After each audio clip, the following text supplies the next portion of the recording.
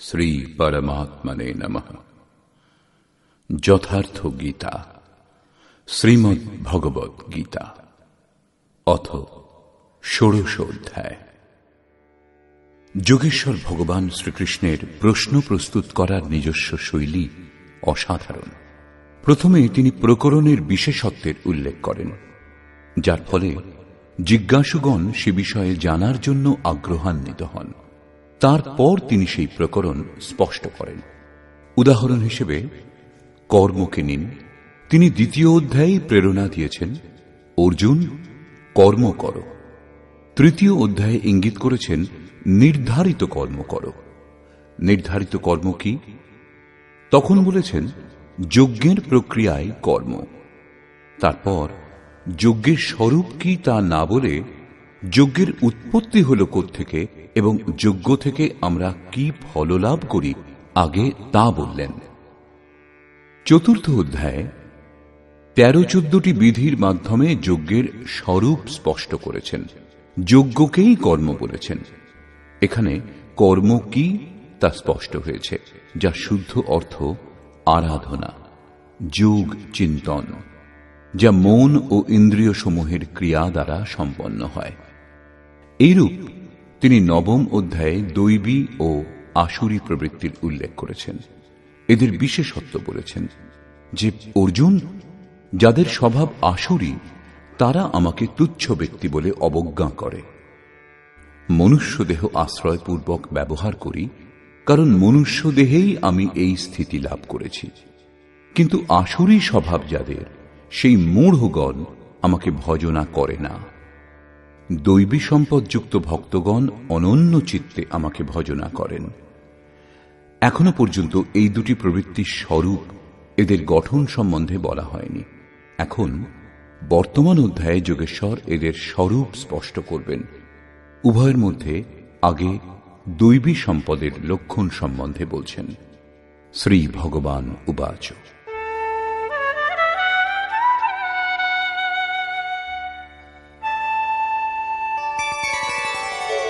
অভয়ং সত্ত্ব সংশুদ্ধির জ্ঞানযোগ ব্যবস্থিতিঃ দানম দমশ্চ যজ্ঞশ্চ স্বাধ্যায়স্তপ আর্জবম।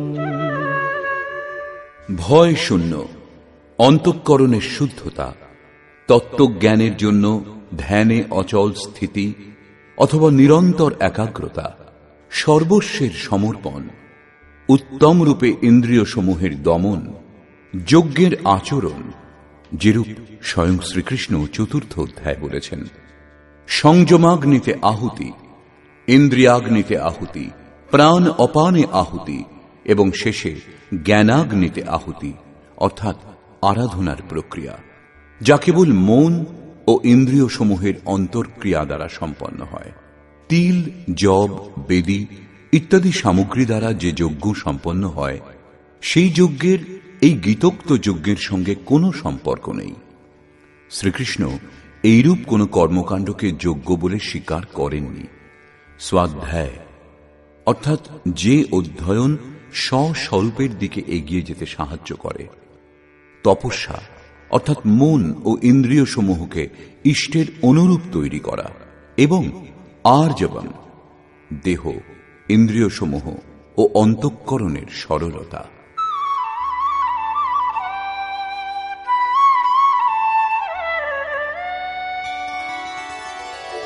অহিংসা সত্যম ক্রোধস ত্যাগঃ শান্তিরপৈশুনম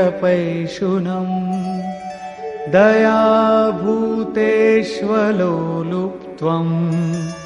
মার্দবম ধীরচাপলম। অহিংসা অর্থাৎ আত্মার উদ্ধার, আত্মাকে অধোগতিতে নিয়ে যাওয়াই হিংসা। শ্রীকৃষ্ণ বলছেন, যদি আমি সাবধান হয়ে কর্ম না করি, তাহলে এই সকল প্রজার হননকর্তা এবং বর্ণ সংকরের কর্তা হব। আত্মার শুদ্ধ বর্ণ হল পরমাত্মা। আত্মা যখন প্রকৃতির মধ্যে দিগ্ভ্রান্ত হয়, তখনই বর্ণ সংকর উৎপন্ন হয়। আত্মার হিংসা একেই বলা হয়, এবং আত্মার উদ্ধার করাকে অহিংসা বলা হয়। সত্য, সত্যের তাৎপর্য যথার্থ ও প্রিয় বাক্য নয়। আপনি যদি বলেন এই বস্ত্রটি আমার, তাহলে কি আপনি সত্যি বলছেন? এর থেকে বড় মিথ্যা আর কি হবে? দেহটাই যখন আপনার নয়, নশ্বর, তখন এই দেহ আবৃত করার বস্ত্র আপনার কি করে হতে পারে? বস্তুত যোগেশ্বর স্বয়ং সত্যের স্বরূপ বলেছেন যে, অর্জুন, সত্য বস্তুর তিন কালে অভাব নেই। এই আত্মাই সত্য, পরম সত্য। এই সত্যে দৃষ্টি স্থির করা, ক্রোধহীনতা, সর্বস্বের সমর্পণ, শুভাশুভ কর্মফলের ত্যাগ, চিত্ত চাঞ্চল্যের অভাব, লক্ষ্যের বিপরীত নিন্দিত কাজ না করা, সর্বভূতে দয়া, ইন্দ্রিয় সমূহ বিষয়ের সঙ্গে সংযুক্ত হলেও বিষয়ে আসক্তির অভাব, কোমলতা, লক্ষ্য থেকে বিমুখ হতে লজ্জা, ব্যর্থ চেষ্টার অভাব, এবং তেজঃ ক্ষমা ধৃতিঃ শৌচম অদ্রোহো নাতিমানিতা ভবন্তি সম্পদম দৈবীম অভিজাতস্য ভারত। তেজ, যা একমাত্র ঈশ্বরে আছে, তার তেজে যিনি কার্য করেন। মহাত্মা বুদ্ধের দৃষ্টি নিক্ষেপ মাত্র অঙ্গুলিমালের বিচারে পরিবর্তন হয়েছিল। সেই তেজের জন্য এই রূপ সম্ভব হয়েছিল, যার দ্বারা কল্যাণ হয়। এই তেজ বুদ্ধের মধ্যে ছিল। ক্ষমা, ধৈর্য, শুদ্ধি, অবৈরী ভাব, পূজনীয় হবার ভাব যার মধ্যে নেই। হে অর্জুন, দৈবী সম্পদ প্রাপ্ত পুরুষের মধ্যে এই লক্ষণ দেখা যায়। এইভাবে 26টি লক্ষণ বললেন, যা সাধনাতে পরিপক্ক পুরুষের মধ্যেই থাকা সম্ভব, এবং আংশিক রূপে আপনার মধ্যেও আছে। এবং আসুরী প্রবৃত্তি যাদের মধ্যে বিশেষ রূপে সক্রিয়, এই রূপ মানুষের মধ্যেও এই সব গুণ আছে, কিন্তু প্রসুপ্ত অবস্থাতে। তবেই তো ঘোর পাপীও কল্যাণের অধিকারী। এখানে আসুরী সম্পদের প্রমুখ লক্ষণ বলছেন। দম্ভো দর্পোऽভিমানশ্চ ক্রোধঃ পারুষ্যমেব চ অজ্ঞানং চাভিজাতস্য পার্থ সম্পদমাসুরীম। হে পার্থ, দম্ভ, দর্প, অভিমান, ক্রোধ, কঠোর বাক্য ও অজ্ঞান, এগুলি আসুরী সম্পদ প্রাপ্ত পুরুষের লক্ষণ। এই দুই সম্পদের কাজ কি? দৈবী সম্পদ বিমোক্ষায় নিবন্ধায় আসুরীমতা মা শুচঃ সম্পদম দৈবী অভিজাতোসি পাণ্ডব। এই দুই সম্পদের মধ্যে দৈবী সম্পদ বিমোক্ষায়, মুক্তির কারণ, এবং আসুরী সম্পদ বন্ধনের কারণ বলা হয়েছে। হে অর্জুন, শোক করো না, কারণ তুমি দৈবী সম্পদ প্রাপ্ত পুরুষ। মুক্তি লাভ করবে, অর্থাৎ আমাকে লাভ করবে। সেই সম্পদ দুটি কোথায় থাকে?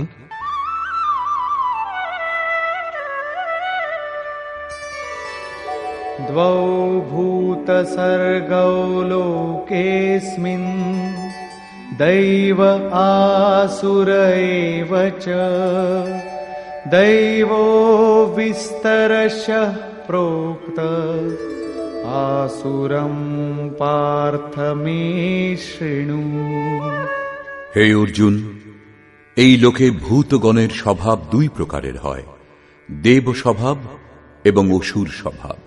যখন দৈবী সম্পদ হৃদয়ে কাজ করে, তখন এই মানুষই দেবতা, এবং যখন আসুরী সম্পদের বাহুল্য ঘটে, তখন এই মানুষই অসুর হয়। সৃষ্টিতে কেবল এই দুটি জাতিরই মানুষ বিদ্যমান। তার জন্ম আরব দেশ অথবা অস্ট্রেলিয়া যেখানেই হয়ে থাকুক, তিনি এই দুটির মধ্যেই কোনো একটি সম্পদ যুক্ত হবেন।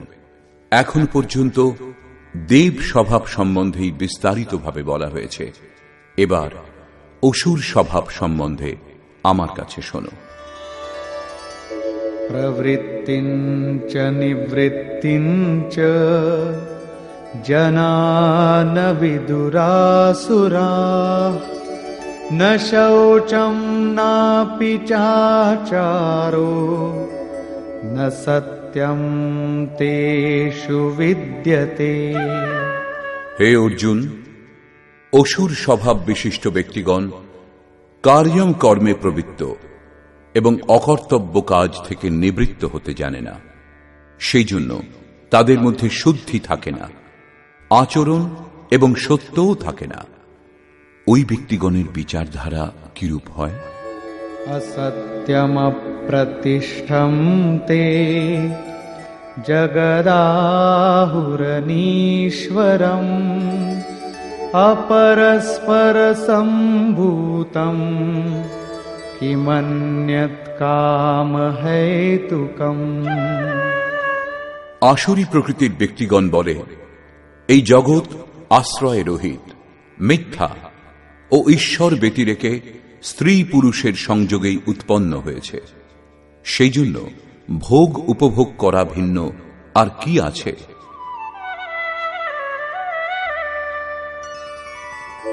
एतां दृष्टिमवष्टभ्य नष्टात्मानोऽल्पबुद्धयः प्रभवन्त्युग्रकर्माणः क्षयाय जगतो हिताः। এই মিথ্যা দৃষ্টিকোণ আশ্রয় করে যাদের স্বভাব নষ্ট হয়েছে, সেই অল্পবুদ্ধি, অনিষ্টকারী ও ক্রূর কর্মা ব্যক্তিগণ জগতের বিনাশের জন্য জন্মগ্রহণ করে।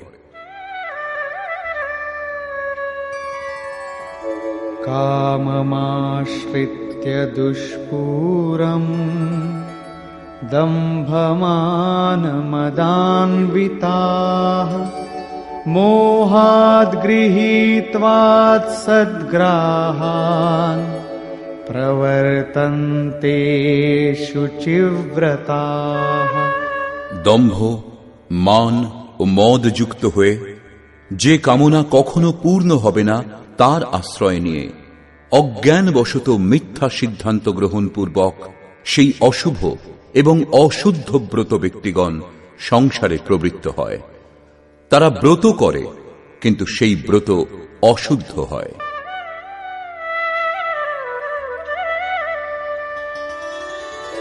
चिन्तामपरिमेयाञ्च प्रलयान्तामुपाश्रिताः कामोपभोगपरमा एतावदिति निश्चिताः। তারা মৃত্যুকাল পর্যন্ত অনন্ত চিন্তার আশ্রয় গ্রহণ করে, বিষয় ভোগের জন্য তৎপর, আনন্দ এইটুকু এইরূপ চিন্তা করে। তারা এই রীতি অনুসরণ করে যে যতদূর সম্ভব ভোগ সংগ্রহ করো, এ ছাড়া কিছু নেই।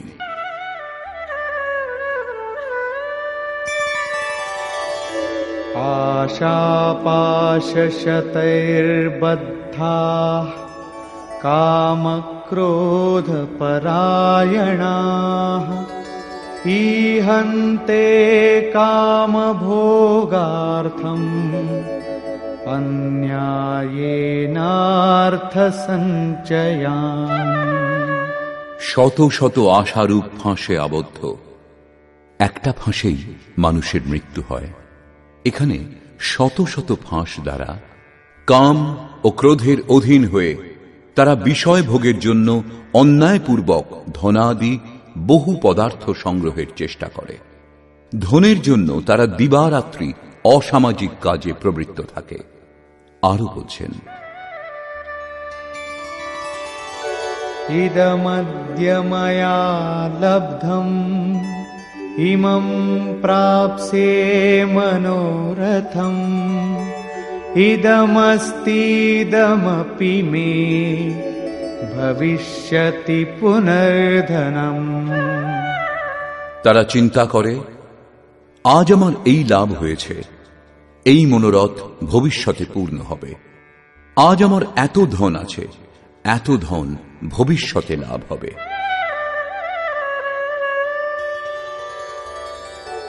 असौ मया हतः शत्रुः हनिष्ये चापरानपि ईश्वरोऽहमहं भोगी सिद्धोऽहं बलवान् सुखी। এই শত্রু আমি নাশ করেছি এবং অন্য শত্রু সকলও নাশ করব।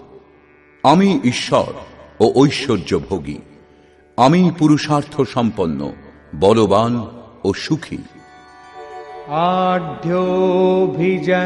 आढ्योऽभिजनवानस्मि कोऽन्योऽस्ति सदृशो मया यक्ष्ये दास्यामि मोदिष्य इत्यज्ञानविमोहिताः। আমি ধনী ও বিশাল পরিবারভুক্ত, আমার সমান আর কে আছে? আমি যজ্ঞ করব, দান করব, আনন্দ করব। এই রূপে অসুর স্বভাব ব্যক্তিগণ অজ্ঞান মুগ্ধ হয়। তাহলে যজ্ঞ দান কি অজ্ঞান? এই প্রসঙ্গে 17 সংখ্যক শ্লোকে বলা হয়েছে। এর পরেও তারা স্থির হয় না, পরন্তু বহু প্রাপ্তির মধ্যে থাকে। এই প্রসঙ্গে বলছেন,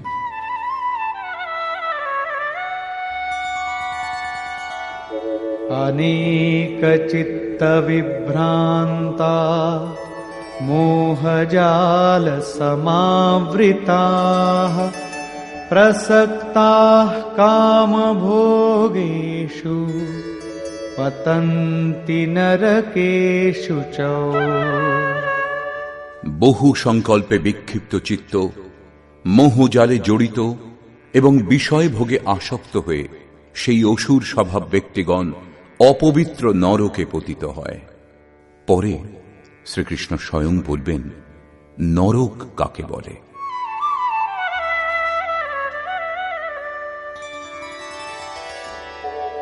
आत्मसम्भाविता स्तब्धा धनमानमदान्विताः यजन्ते नाम यज्ञैस्ते दम्भेनाविधिपूर्वकम्। তারা আত্মশ্লাঘা বিশিষ্ট, ধন ও মানের মদযুক্ত হয়ে দম্ভের সঙ্গে শাস্ত্রবিধি লঙ্ঘনপূর্বক নামমাত্র যজ্ঞের অনুষ্ঠান করে। যে যজ্ঞ শ্রীকৃষ্ণ বলেছেন সেই যজ্ঞই কি করে? না, সেই বিধি ত্যাগ করে করে। কারণ বিধি সম্বন্ধে স্বয়ং যোগেশ্বর বলেছেন 4th অধ্যায়ের 24 থেকে 33 সংখ্যক শ্লোকে এবং 6ষ্ঠ অধ্যায়ের 10 থেকে 17 সংখ্যক শ্লোকে।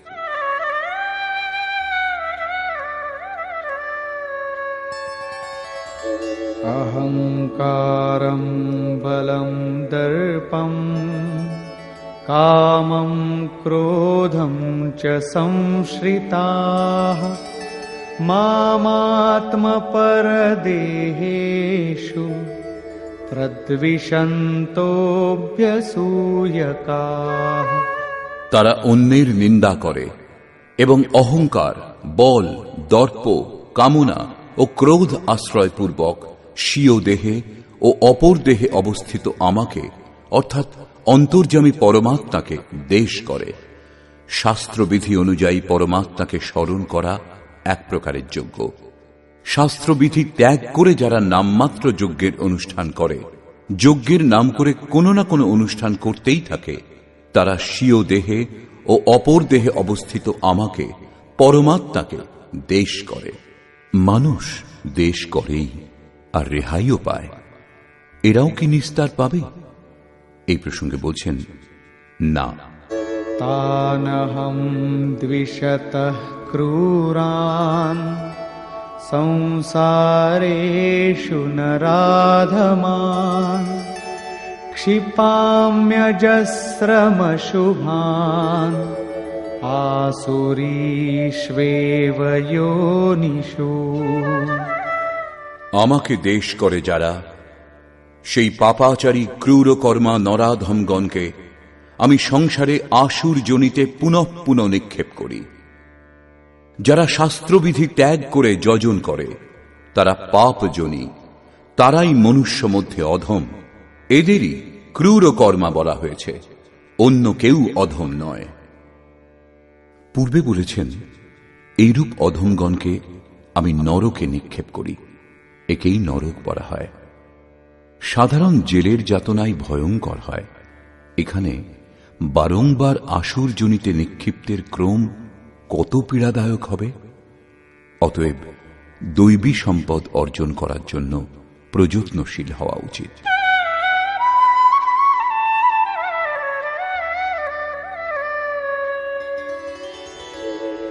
आसुरीं योनिमापन्ना मूढा जन्मनि जन्मनि मामप्राप्यैव कौन्तेय ततो यान्त्यधमां गतिम्।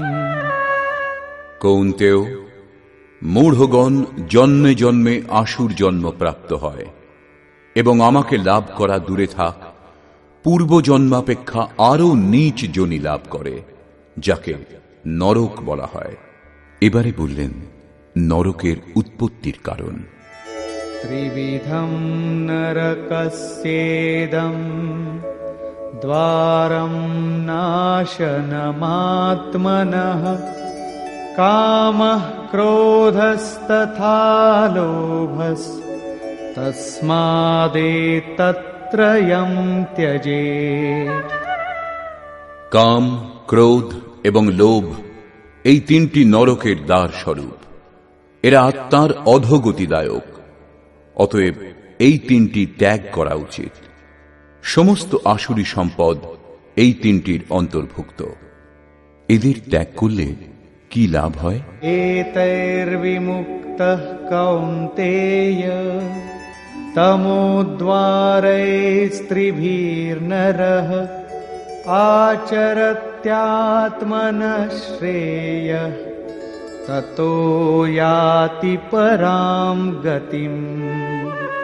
কৌন্তেয়, এই তিনটি নরক দ্বার থেকে মুক্ত হলে মানুষ স্বীয় কল্যাণ সাধনে সমর্থ হয় এবং সেই অনুষ্ঠান বশত সে পরম গতি অর্থাৎ আমাকে লাভ করে। এই তিনটি বিকার ত্যাগ করার পরেই মানুষ নিয়ত কর্মের অনুষ্ঠান করে, যার পরিণাম পরম শ্রেয়।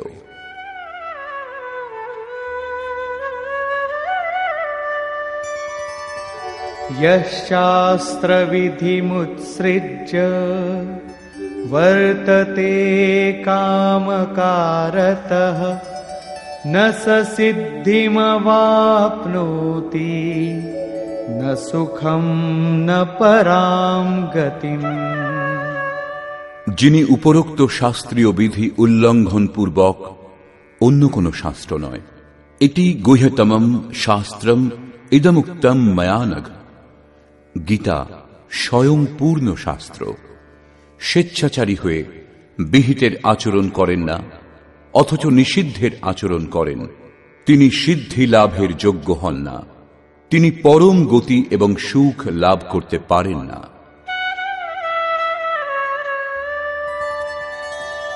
तस्मात् शास्त्रं प्रमाणन्ते कार्याकार्यव्यवस्थितौ ज्ञात्वा शास्त्रविधानोक्तं कर्म कर्तुमिहार्हसि। অতএব অর্জুন, কর্তব্য ও অকর্তব্য নির্ধারণে কি করা উচিত কি করা উচিত নয়, শাস্ত্রই এ বিষয়ে তোমার জ্ঞাপক। অতএব শাস্ত্রীয় বিধির স্বরূপ জেনে তোমার নিয়ত কর্ম করা উচিত। তৃতীয় অধ্যায় যোগেশ্বর শ্রীকৃষ্ণ নিয়তম কুরু কর্মত্বম, নিয়ত কর্মের ওপর জোর দিয়েছেন এবং বলেছেন যে যজ্ঞের প্রক্রিয়ায় সেই নিয়ত কর্ম এবং সেই যজ্ঞ আরাধনার বিধিবিশেষের বর্ণনাকেই বলা হয়েছে, যা মন নিরুদ্ধ করে শাশ্বত ব্রহ্মে স্থিতি লাভ করিয়ে দেয়। এখানে তিনি বলছেন, কাম, ক্রোধ এবং লোভ এরাই নরকের তিনটি মুখ্য দ্বার। এই তিনটি ত্যাগ করার পরেই সেই কর্মের, নিয়ত কর্মের আরম্ভ হয়, যা আমি বারংবার বলেছি, যে আচরণ পরম কল্যাণ ও পরম শ্রেয় প্রদান করে। সাংসারিক কাজে যে যত ব্যস্ত, কাম, ক্রোধ এবং লোভ তার মধ্যে সেই পরিমাণেই পাওয়া যায়। কাম, ক্রোধ ও লোভ ত্যাগ করার পরেই কর্মে প্রবেশ পাওয়া যায়, কর্মের আচরণ সম্ভব হয়। যারা সেই বিধি ত্যাগ করে স্বেচ্ছাচারী হয়ে আচরণ করে, তারা সুখ, সিদ্ধি অথবা পরম গতি কিছুই লাভ করতে পারে না। কর্তব্য ও অকর্তব্যের নির্ধারণে শাস্ত্রই একমাত্র প্রমাণ। অতএব শাস্ত্রবিধির অনুসারে তোমার কর্ম করা উচিত, এবং সেই শাস্ত্র হল গীতা। নিষ্কর্ষ। বর্তমান অধ্যায়ের শুরুতে যোগেশ্বর শ্রীকৃষ্ণ দৈবী সম্পদের বিস্তৃতভাবে বর্ণনা করেছেন। প্রস্তুত অধ্যায়ে ধ্যানে স্থিতি, সর্বস্বের সমর্পণ, অন্তঃকরণের শুদ্ধি, ইন্দ্রিয়গুলির দমন, মনের সমন, যে অধ্যয়ন স্বরূপের স্মরণ করিয়ে দেয় সেই অধ্যয়ন, যজ্ঞকর্মে যত্নশীল, মন ও ইন্দ্রিয় সমূহকে সংযত করা, ক্রোধহীনতা, চিত্তে শান্ত ভাব, এমন 26টি সদ্গুণ সম্বন্ধে বললেন। যে সদ্গুণগুলি যোগ সাধনাতে প্রবিষ্ট ইষ্টের নিকটবর্তী যে কোনো সাধকের মধ্যেই থাকা সম্ভব, আংশিক রূপে সকলের মধ্যেই আছে। এরপর তিনি আসুরী সম্পদের অন্তর্গত যে 4-6টি প্রমুখ বিকার আছে সে সকলের নাম নিয়েছেন, যেমন অভিমান, দম্ভ, কঠোরতা, অজ্ঞান। শেষে বললেন, অর্জুন, দৈবী সম্পদ বিমোক্ষায় পূর্ণ নিবৃত্তিতে সাহায্য করে। পরম পদের প্রাপ্তির জন্য এর প্রয়োজন হয়। আসুরী সম্পদ বন্ধনে আবদ্ধ করে, অধোগতিতে নিয়ে যায়। অর্জুন, তুমি শোক করো না, কারণ তুমি দেব স্বভাব সম্পন্ন। এই দুটি সম্পদের উৎপত্তি হয় কোথায়? তিনি বলেছেন, এই জগতে মানুষের স্বভাব দুই প্রকারের হয়, দেব স্বভাব এবং অসুর স্বভাব। যখন দৈবী সম্পদের বাহুল্য ঘটে তখন মানুষ দেবতুল্য হয়, এবং যখন আসুরী সম্পদের বাহুল্য ঘটে তখন মানুষই অসুর হয়।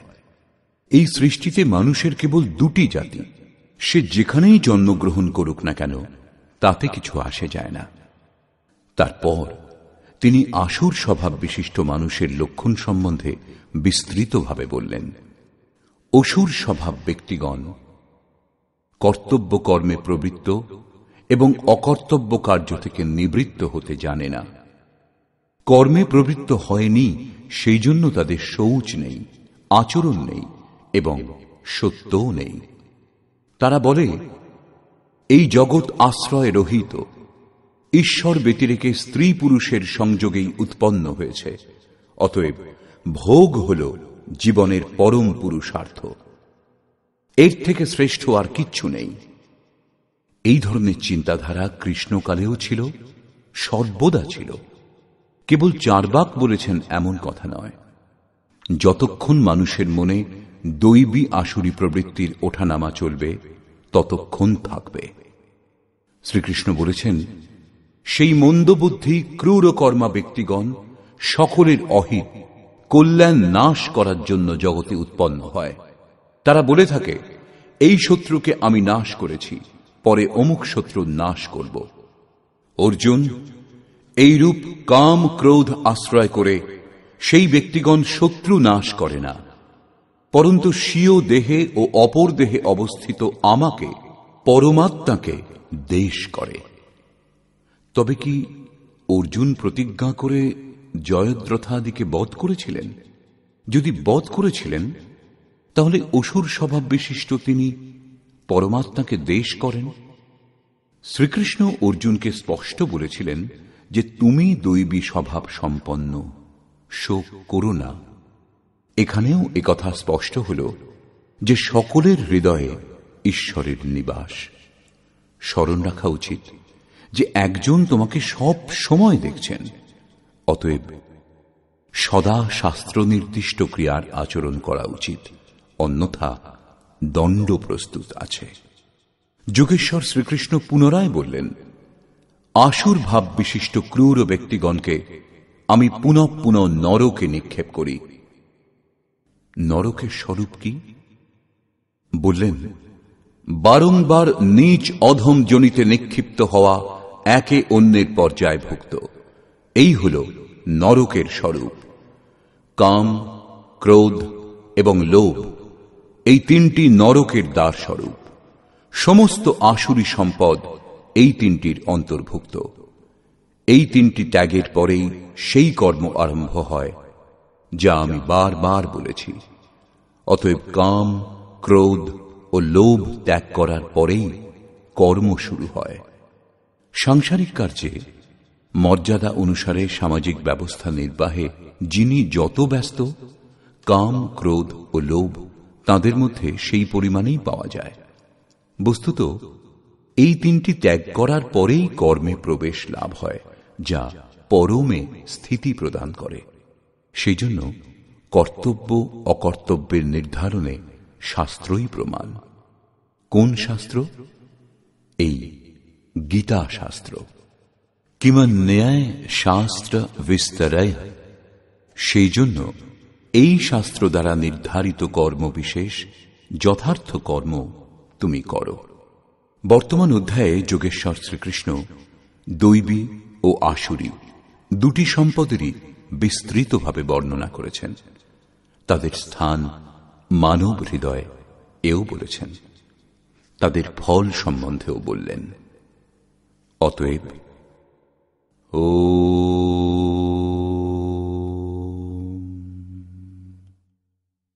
এই প্রকার শ্রীমদ্ ভগবদ্ গীতারূপী উপনিষদ এবং ব্রহ্মবিদ্যা তথা যোগ শাস্ত্র বিষয়ক শ্রীকৃষ্ণ ও অর্জুনের সংবাদে দৈবাসুর সম্পদ বিভাগ যোগ নামক ১৬ অধ্যায় পূর্ণ হল। এই প্রকার শ্রীমৎ পরমহংস পরমানন্দজির শিষ্য স্বামী অর্গড়ানন্দকৃত শ্রীমদ্ ভগবদ্ গীতার ভাষ্য যথার্থ গীতাতে দৈবাসুর সম্পদ বিভাগ যোগ নামক ৬ষ্ঠ অধ্যায় সমাপ্ত হল। হরি ওম তৎসৎ।